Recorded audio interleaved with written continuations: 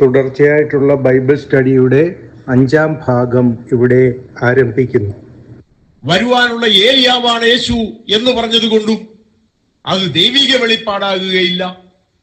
മരിച്ചുപോയ യോഹന്നാൻ ഉയർത്തെഴുന്നേറ്റു എന്ന് വിശ്വസിക്കുന്നത് കൊണ്ട് ദൈവിക വെളിപ്പാട് പ്രാപിച്ചു, അതീവ രഹസ്യമായി എന്തൊക്കെയോ മനസ്സിലാക്കി എന്നൊക്കെ പറയുന്നതിൽ അർത്ഥമില്ല.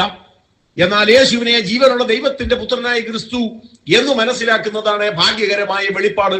അതേറെ പേർക്കൊന്നും ലഭിക്കുന്നതല്ല. കർത്താവ് തന്നെ പറഞ്ഞു, എന്റെ പിതാവ് ആകർഷിച്ചിട്ടല്ലാതെ ആർക്കും എന്റെ അടുക്കൽ വരുവാൻ കഴിയുന്നതല്ല.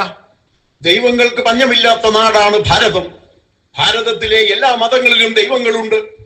ഭാരതത്തിന്റെ സ്വന്തം മതമായ ഹിന്ദു മതത്തിൽ 33 കോടി ദൈവങ്ങളുണ്ട് എന്നാണ് വിശ്വാസം. അതുപോലെ തന്നെ ജൈനമതത്തിലുണ്ട് ദൈവങ്ങൾ, മഹായാന ബുദ്ധമതത്തിലും ദൈവങ്ങളുണ്ട്.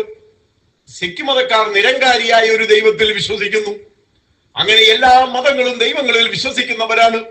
എന്നാൽ ഈ ദൈവങ്ങളിൽ ഒന്നായിട്ട് യേശുവിനെ നീ കണക്കാക്കുന്നു എങ്കിൽ അത് നിന്റെ രക്ഷയ്ക്ക് കാരണമായി തീരുകയില്ല. യേശുവും ഒരു വഴിയാണ് എന്നല്ല, യേശു മാത്രമാണ് വഴി എന്നാണ് നാം മനസ്സിലാക്കേണ്ടത്. എന്നാൽ പലർക്കും അത് ഗ്രഹിക്കുവാൻ കഴിയുന്നില്ല. അവരുടെ അഭിപ്രായത്തിൽ യേശുവും ഒരു വഴി മാത്രമാണ്, യേശു മാത്രമാണ് വഴി എന്ന് വിശ്വസിക്കുവാൻ അവർക്ക് കഴിയുന്നില്ല.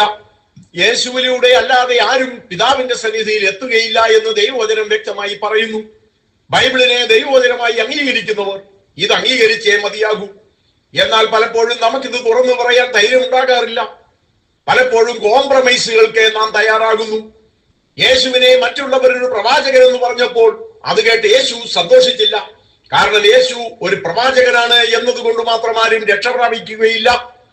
യേശുവിന്റെ വചനങ്ങൾ വളരെ നന്നായിരുന്നു എന്ന് പറഞ്ഞത് കൊണ്ട് മാത്രം ആരും രക്ഷ പ്രാപിക്കുകയില്ല. യേശുവിനെ ഒരു ഗുരുവായി അംഗീകരിച്ചത് കൊണ്ട് മാത്രം ആരും രക്ഷ പ്രാപിക്കുകയില്ല.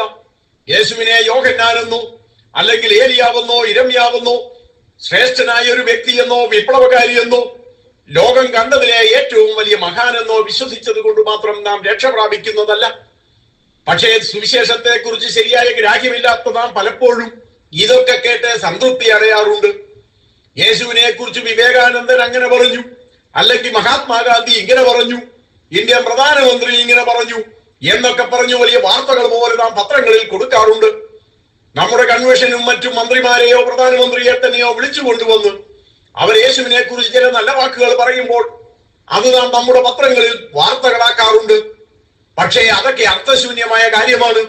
ഇവരാരും തന്നെ യേശുവാണ് ഏകരക്ഷകൻ എന്ന് പറയുന്നില്ല. യേശുവിനെ ഏകരക്ഷകൻ എന്ന് പറയാതെ, യേശുവിനെ മാത്രം രക്ഷിതാവായി സ്വീകരിക്കുന്ന അവസ്ഥയെ കുറിച്ച് പറയാതെ, യേശുവിലൂടെ അല്ലാതെ ആരും നിത്യരക്ഷ പ്രാപിക്കുകയില്ല എന്ന വസ്തുത തുറന്നു സമ്മതിക്കാതെയുള്ള ഏത് പ്രസംഗവും ഏത് സുവിശേഷ ഘോഷണവും ഫലശൂന്യമാണ്. യേശുവിനെ മഹാൻ എന്ന് വിളിച്ചാൽ നാം രക്ഷിക്കപ്പെടുകയില്ല. ബൈബിൾ ദൈവവചനമാണ് എന്ന് പറഞ്ഞത് കൊണ്ട് രക്ഷിക്കപ്പെടുകയില്ല. ബൈബിൾ മാത്രമാണ് ദൈവവചനമെന്ന് അംഗീകരിക്കുകയും യേശു മാത്രമാണ് രക്ഷിക്കുന്നത് എന്ന് അംഗീകരിക്കുകയും യേശുവിനെ രക്ഷിതാവായി സ്വീകരിക്കുകയും ചെയ്യുമ്പോൾ മാത്രമേ നാം രക്ഷിക്കപ്പെടുന്നുള്ളൂ. എന്നാൽ ഈ അവസ്ഥയിലേക്ക് വരാതെ, ഈ അവസ്ഥയോളം എത്താതെ മറ്റു പല സ്ഥലങ്ങളിൽ വെച്ച് നാം നിന്നുപോകുകയാണ്. യേശുവിനെ യോഹന്നാനാണ് എന്ന് പറയുന്നിടത്ത് ചിലർ നിൽക്കുന്നു. യേശുവിനെ ഏലിയാവാണ് എന്ന് പറഞ്ഞുകൊണ്ടും അല്പം കൂടെ മുന്നോട്ട് കയറുന്നവരുണ്ട്. യേശു ഇരമ്യാവാണെന്നോ പ്രവാചകന്മാരിൽ ഒരുത്തനാണെന്നോ വരെ പറയുന്നവരുണ്ടാകാം. ഈ കാലത്ത് ചിലർ ഒരു പടി കൂടി കടന്ന് യേശുവും ഒരു രക്ഷകനാണ് എന്ന് പറയുന്നവരും ഉണ്ടാകാം. എന്നാൽ യേശു മാത്രമാണ് രക്ഷകനെന്നും യേശുവിലൂടെ അല്ലാതെ ആരും രക്ഷ പ്രാപിക്കയില്ലെന്നും പറയുക അതത്ര എളുപ്പമുള്ള കാര്യമല്ല. ഇത് പറയുന്നതാണ് സുവിശേഷം. അത് പറയാൻ നമുക്ക് ധൈര്യം ഉണ്ടാകണം. യേശുവിനെ വ്യക്തിപരമായി സ്വീകരിക്കാത്ത ഒരു വ്യക്തിയും യേശുവിനെ കർത്താവും രക്ഷിതാവുമായി ജീവിതത്തിൽ സ്വീകരിക്കാത്ത ഒരു വ്യക്തിയും വീണ്ടും ജനനം പ്രാപിക്കാത്ത ആരും തന്നെ നിത്യജീവൻ പ്രാപിക്കയില്ല എന്നതൊരു വസ്തുതയാണ്. എന്തെല്ലാം എതിർപ്പുണ്ടായാലും ആരെല്ലാം നമ്മോട് പിണങ്ങിയാലും ഈ വസ്തുത തുറന്നു പറയാനുള്ള ധൈര്യം വിശ്വാസികൾക്കുണ്ടാകണം, സുവിശേഷകർക്കുണ്ടാകണം. ഈ വസ്തുത മറച്ചു വെച്ചുകൊണ്ട് നാം ആരെയും ചതിക്കരുത്. യേശുവിനെ കുറിച്ച് മഹാന്മാർ കുറെ നല്ല അഭിപ്രായങ്ങൾ പറഞ്ഞത് മാത്രം കളക്ട് ചെയ്ത് പുസ്തകങ്ങൾ ഇറക്കുന്നവർ വരെയുണ്ട്. ഇതൊക്കെയും അർത്ഥശൂന്യമാണ്. അനേക ദൈവങ്ങളിൽ ഒരുവനല്ല യേശു. അവനൊപ്പം പറവാൻ ഒരാളുമില്ല എന്നതാണ് സത്യം. സൂര്യന് തുല്യം സൂര്യൻ മാത്രം. എന്തെല്ലാം വിളക്കുകൾ വെച്ചാലും സൂര്യന്റെ വെളിച്ചത്തിന് തുല്യമാകുകയില്ല. വിളക്കിന് വെളിച്ചമില്ലെന്നല്ല പറയുന്നത്, മിന്നാമിന്നിങ്ങിന് വെളിച്ചമുണ്ട്, വിളക്കുകൾക്ക് വെളിച്ചമുണ്ട്. എന്നാൽ ഇതൊന്നും സൂര്യന്റെ വെളിച്ചത്തിന് തുല്യമാകുന്നില്ല. അതുപോലെ ഈ ലോകത്തിൽ കുറെ മഹാന്മാരുണ്ട്, ദൈവങ്ങൾ എന്നുള്ള പേരിൽ പലരുമുണ്ട്, പല മതങ്ങളുണ്ട്, പല അഭിപ്രായങ്ങളുണ്ട്, സൽപ്രവർത്തികൾ ചെയ്തവരുണ്ട്. ഇവർക്കാർക്കും നിത്യജീവൻ തരുവാൻ കഴിയുന്നതല്ല. യേശുവിനെ ജീവനുള്ള ദൈവത്തിന്റെ പുത്രനായി മനസ്സിലാക്കുവാൻ, യേശുവിനെ ഏകരക്ഷകനായി മനസ്സിലാക്കുവാൻ കഴിയുന്നതാണ് ഭാഗ്യകരമായ അവസ്ഥ. യേശുവിനെ ഇരമ്യാവെന്ന് പറഞ്ഞപ്പോൾ അതും നല്ല കാര്യമല്ലേ എന്ന് യേശു ഒരിക്കലും പറഞ്ഞില്ല. യേശുവിനെ ഏലിയാവെന്ന് പറഞ്ഞപ്പോൾ ഏലിയാവ് വളരെ നല്ല വ്യക്തിയായിരുന്നല്ലോ, എന്നെ ഏതായാലും ഏലിയാവിനോടെങ്കിലും തുല്യപ്പെടുത്തിയല്ലോ, സന്തോഷമാണ് എന്ന് യേശു പറഞ്ഞില്ല.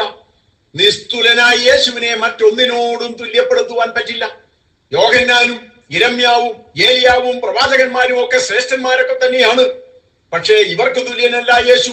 ഇതിനൊക്കെ അപ്പുറമുള്ളവനാണ് യേശു, ഇതിനേക്കാളൊക്കെ വലിയവനാണ് യേശു. ആ യേശുവിന്റെ മഹത്വമാണ് നാം കണ്ടെത്തേണ്ടത്. അത് കണ്ടെത്തണമെങ്കിൽ ദൈവിക വെളിപ്പാട് പ്രാപിച്ചേ മതിയാകൂ. നാം സുവിശേഷം പ്രസംഗിക്കുമ്പോൾ യേശുവിന്റെ നിസ്തുലതയെ കുറിച്ച് ജനം മനസ്സിലാക്കണമെങ്കിൽ അവർ ദൈവിക വെളിപ്പാട് പ്രാപിച്ചേ മതിയാകൂ. സുവിശേഷം പ്രസംഗിക്കുക എന്നത് നമ്മുടെ കടമയാണ്. എന്നാൽ മറ്റുള്ളവർ അത് ഗ്രഹിക്കണമെങ്കിൽ അതിനവർക്ക് ദൈവിക വെളിപ്പാട് പ്രാപിക്കണം. അനേകർ അപ്പോസ്തലന്മാരുടെ വചനം കേട്ടു, എന്നാൽ ലുദിയായുടെ ഹൃദയത്തെ ദൈവം തുറന്നപ്പോൾ അവൾക്കത് വിശ്വസിക്കാൻ കഴിഞ്ഞു. കാരാഗ്രഹ പ്രമാണിക്കും കുടുംബത്തിനും വിശ്വസിക്കാൻ കഴിഞ്ഞു. പെന്തക്കോസ്ത് നാളിൽ അനേകായിരങ്ങൾ പ്രസംഗം കേട്ടെങ്കിലും 3000 പേർക്കാണ് അത് വിശ്വസിക്കാൻ കഴിഞ്ഞത്. പിന്നീട് അത് 5000-ആയി. ലോകത്തനേകർ യേശുവിന്റെ പ്രസംഗം കേട്ടിട്ടുണ്ട്. ലോകത്തനേകർ അപ്പോസ്തലന്മാരുടെ പ്രസംഗം കേട്ടിട്ടുണ്ട്. ഇവരെല്ലാവരും രക്ഷിക്കപ്പെട്ടില്ല. ചുരുക്കം ചില ആളുകൾ മാത്രമേ രക്ഷിക്കപ്പെട്ടുള്ളൂ. ഈ ഭാരതത്തിൽ തന്നെ എത്രയോ സുവിശേഷ പ്രസംഗങ്ങൾ നടന്നു കഴിഞ്ഞിരിക്കുന്നു. പക്ഷേ ഭൂരിപക്ഷം ആളുകൾക്കും വിശ്വസിക്കാൻ കഴിയുന്നില്ല. എന്തുകൊണ്ട്? ദൈവം അവരുടെ ഹൃദയം തുറന്നാലല്ലാതെ അവർക്ക് വിശ്വസിക്കാൻ സാധ്യമല്ല.